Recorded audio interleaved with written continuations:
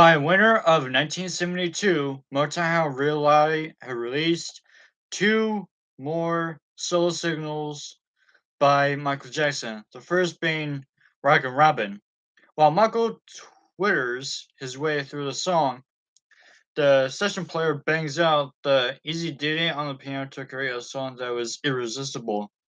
Rockin' Robin became an even bigger success than Got to Be There. The song peaked on the same position for Michael as the original did for the late Bobby Day at number 2. One early record of Michael's that still brings snickers today is Ben. The words of the song exalt friendship, though there is no clue in the lyrics that the song is actually about a rodent. In the film, Ben, a young boy, befriends a rat named Ben. A little known fact is that Bing Crosby was one of the movie's producers.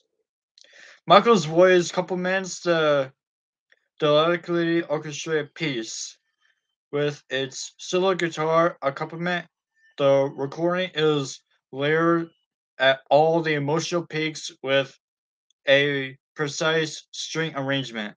The song obviously stood on its own.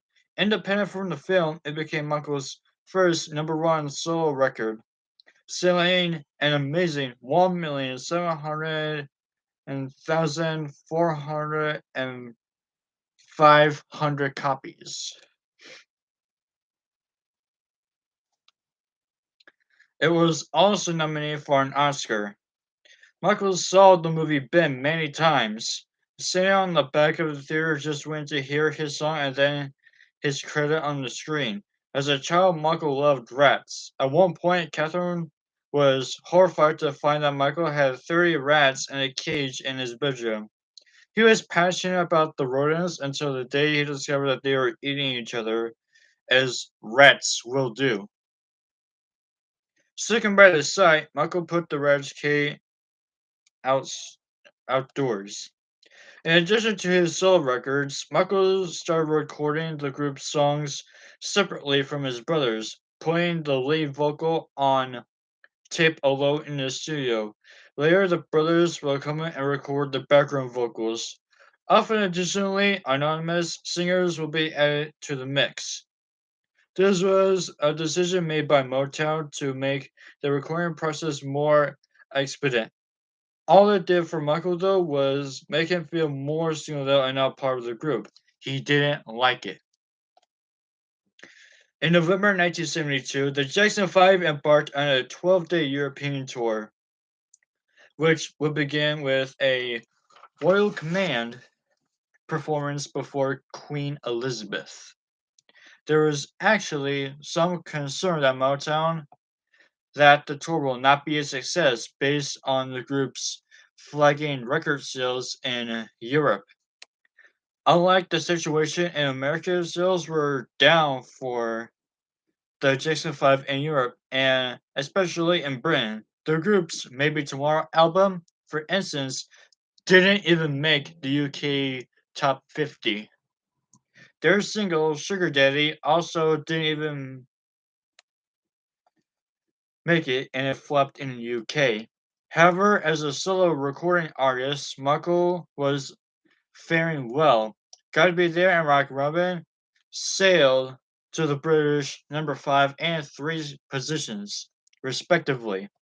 Later in the month, Ben will peak at number 7 and sell even more than a quarter of a million copies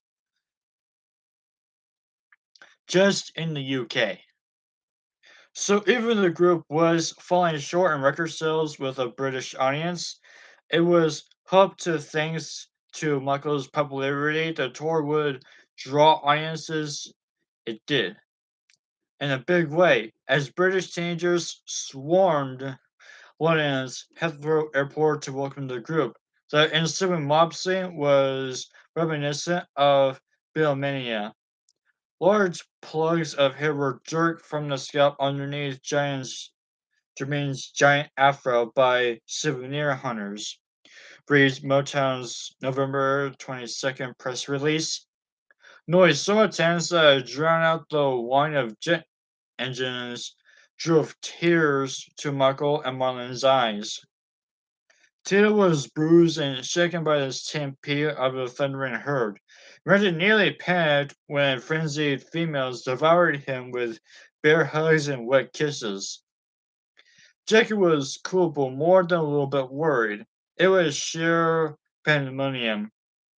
It was near chaos. It was frightening. It was Jacksonamia. Besides losing his shoe, Michael was almost choked to death. He was really frightened, recalled Jermaine. They were pulling on both ends of his scarf, actually choking him. He had to put his head under his scarf and started screaming so it wouldn't get tightened up his neck. Michael loathed such mob scenes. He recalls having to run through crowds of screaming girls with eyes covered by his hands for fear that their nails would scratch him. He remembers hiding in broom closets, hoping the thorn will rush by and miss him. They grab your hair and pull hard and it hurts like fire, he recalled. You feel as if you're going to suffocate or be dismembered. Fans barricaded the entrance to the Church Hill Hotel where the group stayed in London, preventing them from leaving the scene. After the Royal Verity performance, Joseph called the police, who arrived with water hoses, which they unleashed to the fans. The next day, a 9-year-old girl threatened to use a knife on a hotel doorman unless he allowed her access to Michael's room. She was detained by the police. A Rolls Royce limousine carried the group, sustained $12,000 worth of damage when it was dented and scratched by the young girls clawing to get their idols. Later, as the Jacksons performed at the Talk of the Town nightclub, souvenir hunters stripped their limousine of its cushions, radio, lights, even tires. It was this way whether the brothers traveled on the rest of the tour, whether in Amsterdam, Brussels, Munich, Frankfurt, or Paris.